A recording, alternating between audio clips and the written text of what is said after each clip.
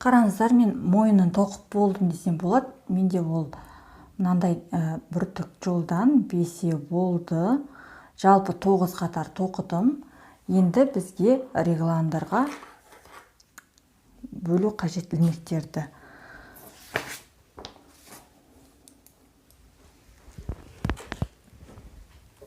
Біз мына арадан бастаймыз. Қараңыздар, бұл бізде қатардың басы, яғни мына жеріміз. Қазір бізге бір шеткі ilmektедік. Одан кейін 5, 1, 2, 3, 4, 5. Бұл бізде планканың ilmегі. 5 планканың ilmегі. Ары қарай 7 алдыңғы жақтың ilmегі. Бір жақ алдыңғы жағы.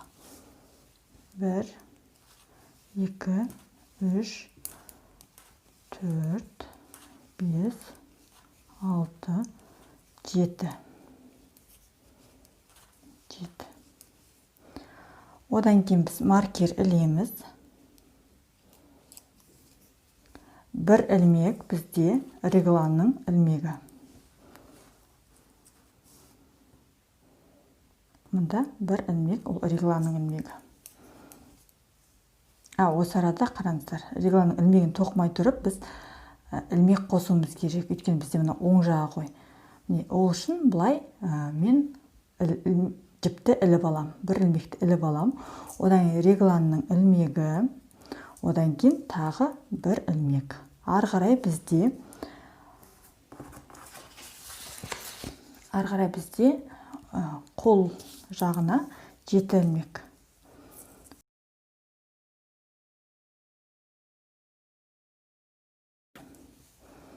Міне, келдік 7 ilmek.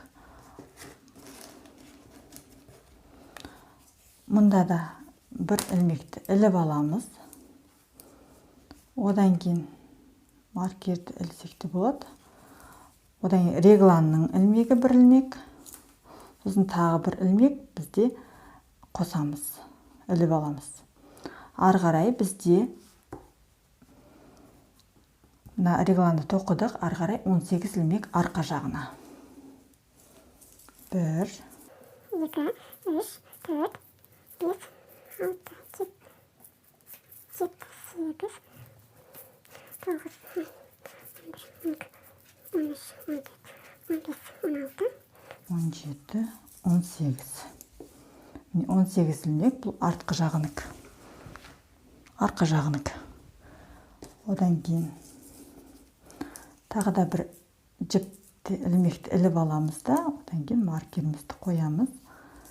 Келесі бізде регланның ilmегі, тағы да ilmek іліп аламыз. Одан кейін бізде қайтадан 7 ilmek қолдың ilmегі. 1, 2, 3, 4, 5, 6, 7. ilmek іліп аламыз.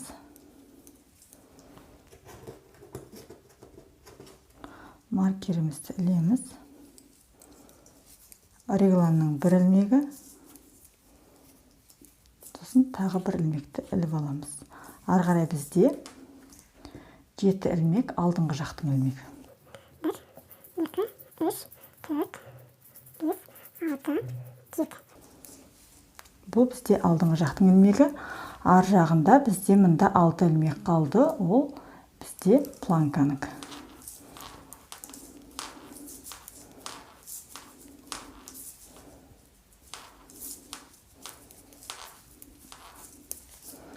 Міне, бір қатарын тоқыдық. Екінші жағына кері айналамыз. Бұл жағында қалай тоқимыз?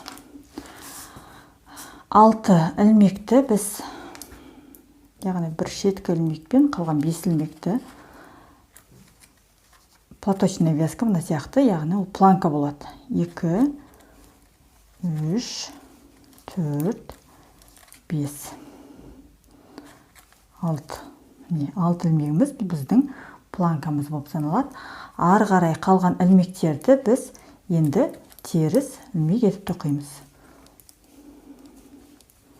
Яғни ары қарай бізде оң жағымызда оң ілмектер, ішкі жағында, теріс жағында теріс ілмектер болады. Қараңыздар, мұнда біз бағанағы іліп алған ілмекті, оны кәдімгі ешқандай айқастырмай өзін тоқимыз. Одан кейін бізде мұнда регланның ілмегі. Одан кейін келесі іліп алған ілмегіміз. Ары қарай арқа жағын қолдықын тоқимыз.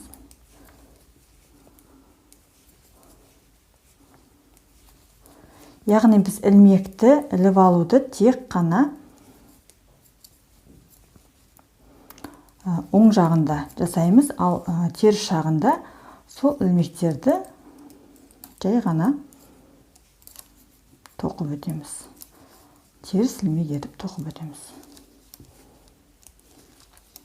Осылай біз осы қатарды соңына дейін тоқып шығамыз. Келесі бізде үшінші қатар. Мұнда планканың ілмектерін тоқимыз. 2, 3, 4, 5, 6.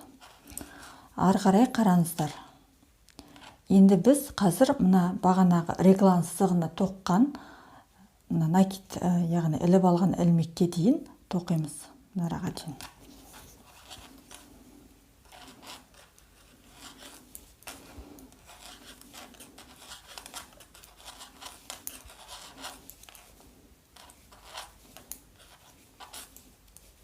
Бізге мына маркерді алып тастасақ та болады. Енді қараңыздар. Мынау бізде регланның ілмегі, одан кейін 2 ілмекті біз іліп алдық. Енді тағы да біз осы 3 ілмектің алдында іліп аламыз. Одан кейін 3 ілмекті тоқимыз.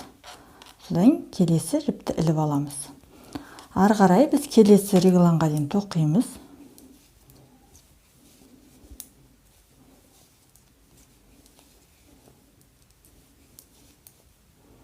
Міне қараңыздар, мына біздің тағы да іліп алған жіп. Осы жерден тағы да жіпті іліп аламыз да. 1,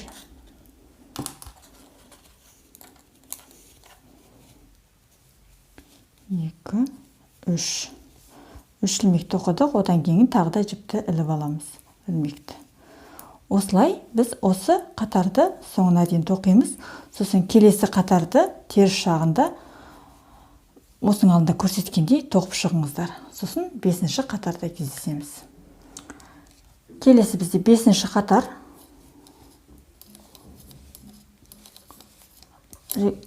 Планканың ілмектерін тоқимыз.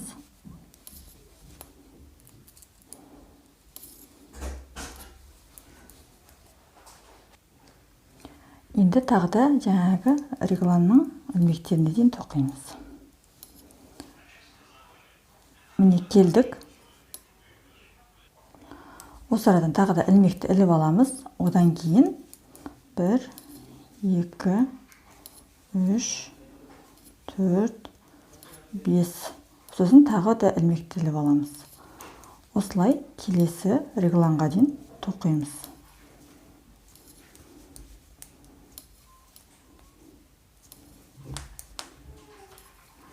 Міне регланға келдік. Тағы да ілмекті іліп алдық. Одан тағы да 5 ілмек тоқимыз.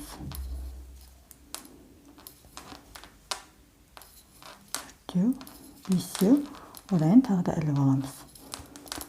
Осы қатарды соңында дейін тоқимыз. Одан келесі қатарды, 6-шы қатарды өз бетімізбен теріс ілмектермен тоқып шығамыз. Сосын сіздермен 7-ші қатарда қайта кездесеміз. Біз келесі 7-ші қатарға келдік.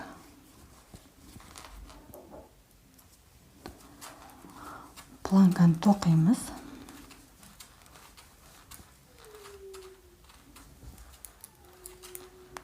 Одан кейін жаңағы регланға дейін ілмектерді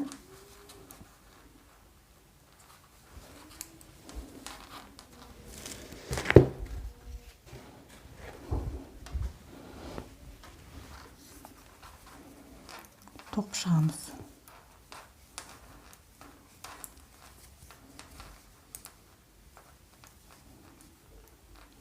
Қараңыздар, міне келдік. Осы жерден тағы да осы алдыңғы іліп алған ілмектің алдынан тағы да ілмек іліп аламыз. Сосын 1, 2, 3, 4, 5, 6, 7. 7 ілмек тоқимыз, тағы да ілмек іліп аламыз.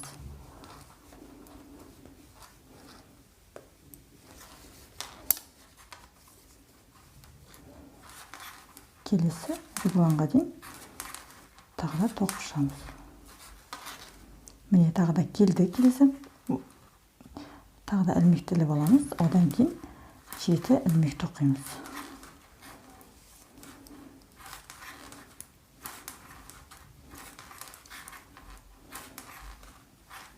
Тағы да ілмекті іліп аламыз. Осылай осы қатарды соңына дейін тоқисыздар. Сосын 8-ші қатарды өз беттеріңізбен тоқып, одан кейінгі қатарда кездесеміз. Міне мен 8-ші қатарды тоқыдым. Қараңыздар, бізде бір раппорт тоқыдық, яғни 8 қатар. Біздің бір өрнектің бір раппорты 8 қатар болып саналады. Енді біз осы өрнекті қайта қайталаймыз. Бірінші қатардан бастап. Ол үшін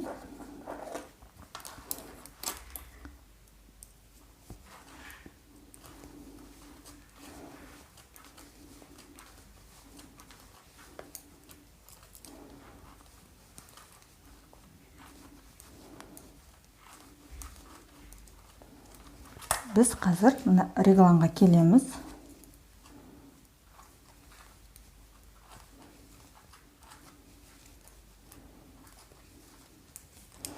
Міне қараңыздар, регланға келеміз. Сосын ең бірінші ортаңғы ілмекті тауып аламыз. Мына ілмек яғни. Осы ілмектен қайта осы өрнегімізді бастаймыз. Яғни мына ілмекке дейін бізде 4 ілмек тоқуым қажет.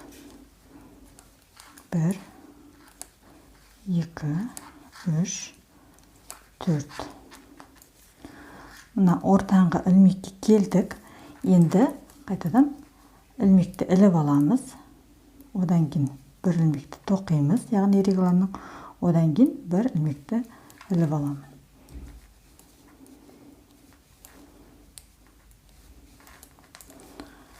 Ары қарай келесі реглан сызығына дейін тоқимын. Біз онда да дәл осыны қайталаймыз.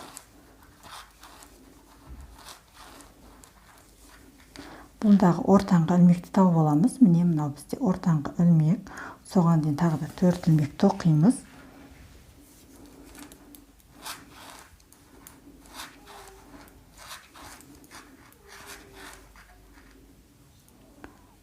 Міне ортаңғы ілмекке келдік. Енді ілмекті іліп аламын.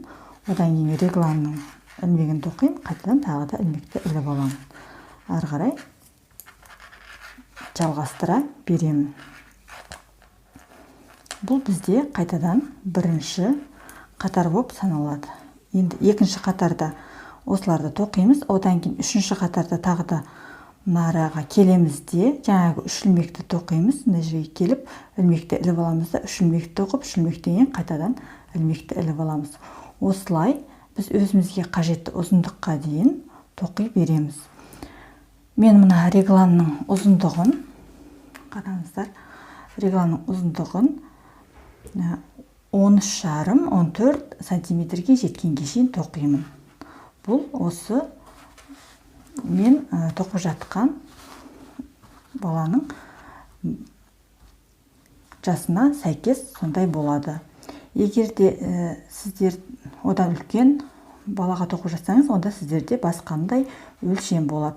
Мен сіздерге кестеге регланның қанша болу керегін қалдырамын.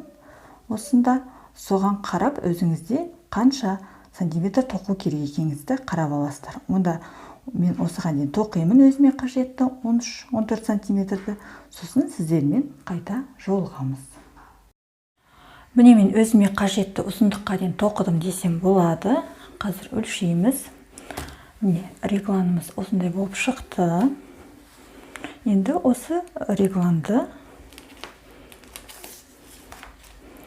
өлшейміз. Ортаңғы сызығынан бастап. Менде 13 сантиметрден асады. Осы маған жеткілікті. Енді ары қарай біз не істейміз? Біз басында мұнда росток тоқымадық. Мен қазір мұнда азиялық росток тоқимын. Оны қалай тоқитынымды сіздерге көрсетемін. Содан кейін барып ары қарай жалғастырамыз. Ол үшін мына ілмектерді мен қазір арқа жағына дейін тоқуым керек. Мына регланның ортаңғы жеріне дейін келеміз. Айтпақшы, қараңыздар, мен мұнда неше раппорт тоқыдым? 1, 2, 3, 4 және одан кейін 4 қатар тоқыдым. Қазір басынан бастап мына ортаға дейін тоқимын. Арқа жағына келген кезде сіздерге ары қарай қалай ростокты тоқуды көрсетемін. Міне мен тура ортасына келдім. Қараңыздар, мына ілмек ортаңғы, ол біздің регланға алып қалған бір ілмек. Ол ілмекті өздеріңіз шешесіздер. Оны қол жағына бергіңіз келеді, не болмаса арқа жағына. Мен оны арқа жағына қалдырамын, артқы жақ ілмегіне. Енді ары қарай не істейміз? Ортаға келгеннен кейін ары қарай мына ілмектерді дәл келесі қолдың регланына дейін, мына ортаңғы ілмекке дейін тоқимыз. Осылай біз арқа жағын ары бері тоқып, оң және теріс жағын тоқып, біз росток тоқимыз. Сонда біздің арқа жағымыз алдыңғы жаққа қарағанда біраз көбірек болады. Яғни мына жағы биігірек болып тұрады былай. Сол үшін қазір осылай біз ростокты тоқуымыз қажет. Ол үшін кәдімгі оң ілмектермен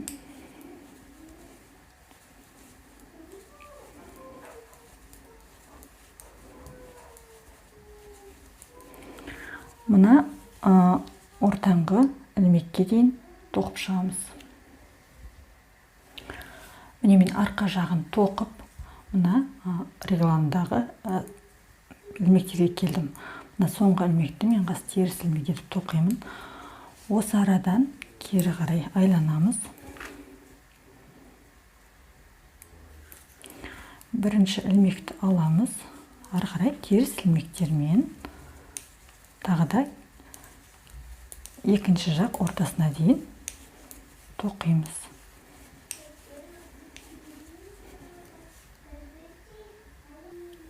Міне теріс жағын тоқып, міне ортаңғы ілмекке келдім. Ортаңғы ілмекті тоқыдым. Енді осы арадан тағы да айланамыз оң жағына қарай. Міне ортаңғы ілмек мұнда. Енді осы ілмекті қайтадан біз оң ілмектермен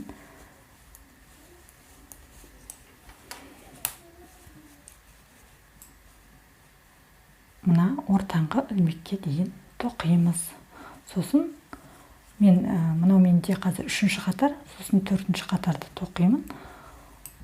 Сонымен маған жеткілікті болады. Росток қанша болу керектігін мен сіздерге тағы да қалдырамын кесте. Мұнда сол бойынша тоқуларыңызға болады. Менде бұл 1 жасқа дейінгі балаға болғандықтан, яғни 9 айлық. Жасамасам да болар еді, бірақ 1-1,5 сантиметр жасаймын. Міне мен 4 қатар тоқыдым. Қараңыздар, біраз болсын айырмашылық білінеді. Міне менде ол 1 сантиметрде болды тоққан. Енді ары қарай не істейміз? Мен бағана басынан бастап былай тоқып келдім. Содан кейін мына ростокты тоқыдым. Енді маған арқа мен алдыңғы жақты бір-біріне қосу керек. Ол үшін мен қайтадан осы ілмектерді арқа жағын аяғына дейін тоқимын. Мына араға дейін. Содан кейін мына қолдың жеңнің ілмектерін бөлек тізіп аламын. Басқа бізге не болмаса жіпке өткізіп, содан алдымен қосамын. Қазір мына соңына дейін тоқимын арқа жағын. Міне мен келдім, соңғы ілмек біз бағана теріс ілмек етіп тоқамыз. Енді оны қазір оң ілмек етіп тоқимыз. Одан кейін мына жеңнің ілмектерін мен барлығын басқа жіпке өткізіп аламын әзірше. Міне жіпті инеге өткіздім, енді осылай барлығын өткізіп байлап қоямын. Егер сіз артық біз болса, соғанда өткізіп қойсаңыздар болады. Осылай. Мына ортаңғы ілмекті алдыңғы жаққа жіберемін. Мына ілмекке дейін өткізіп аламын. Ілмектерді өткізіп былай байлап қойдым. Енді осы жерде айта кететін тағы бір нәрсе бар. Қараңыздар. Мына ілмектерді өткізіп алғаннан кейін мына араны өлшейсіздер. Егер де сіздің өлшегенде мында біздің міне 51 сантиметр деп тұрғанымыз, яғни кеуде өлшемінен сәйкес болса, не болмаса, мысалы сіздің кеуде өлшеміңіз 51, менде мына жилеткамыздың өлшемі менде бұдан артығырақ болып тұр. Яғни маған жеткілікті болып тұр. Ал егер де сізде жеткіліксіз болып тұрса, онда подрезге ілмектер қосасыздар. Мен қоспаймын. Міне, подрез дегеніміз, қараңыз, мына арқа жағы мен алдыңғы жағын бір-біріне қосқан кезде мына айналым сіздің осы кеуде өлшемінен үлкен болу керек. Менде қазір үлкен болып тұр, маған жеткілікті. Мен бірден алдыңғы жақ ілмектерім бұлай қосып тоқи беремін. Ал егер де сізге жеткіліксіз болса, онда сізге мына подрезге астыңғы жағына жеңнің ілмектер қосу керек. Яғни бұлай ол 2 ілмек болуы мүмкін, не болмаса 3 ілмек, 4, 5 деген сияқты осылай ілмектер қосасыздар да, одан кейін барып мына ілмектерді бұлай тоқисыздар. Міне. Сонда сіздің мына араңыз айналымы, сіздің жалпы өлшемі үлкейеді. Мен өзім айтқандай, менікі жеткілікті, сондықтан мен бұл ілмектерді қоспаймын, яғни алып тастаймын.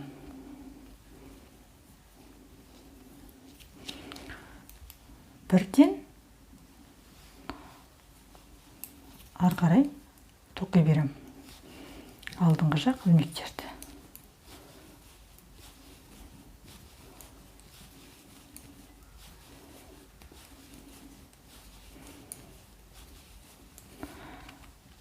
Қараңыздар, мен алды мен артын қостым. Енді мына жерге дейін тоқимын. Одан кейін теріс жағын айналамын. Теріс жағын тоқып, келесі қолға келген кезде, міне арқа жақ бітіп, қолға келген кезде қолдың ілмектерінде тізіп аламын да, одан кейін алдыңғы ілмектермен қосамын. Бұл менде теріс жағында болады.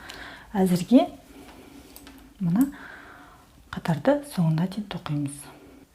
Міне, мына ілмектерді соңына дейін тоқыдым. Енді теріс жағын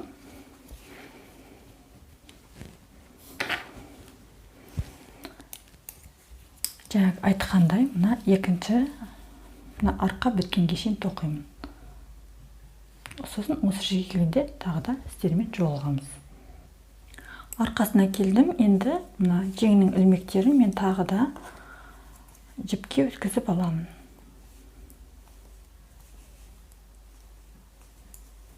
Осылай. Жіпке өткізіп байлап алдым.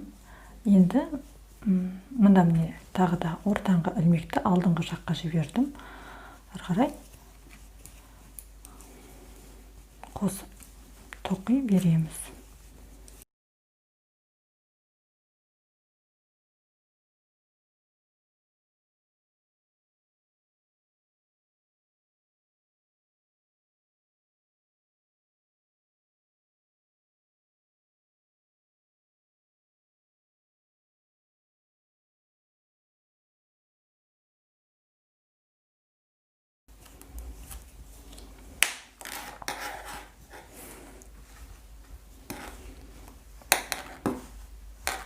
Енді қараңыздар, бізде алды мен арты қосылды. Жеңін бөлек алып қалдық. Енді біз өзімізге қажетті ұзындыққа дейін тоқимыз. Міне, біздің ростовымыз тоққан. Міне, бұл қосқан кезде бізде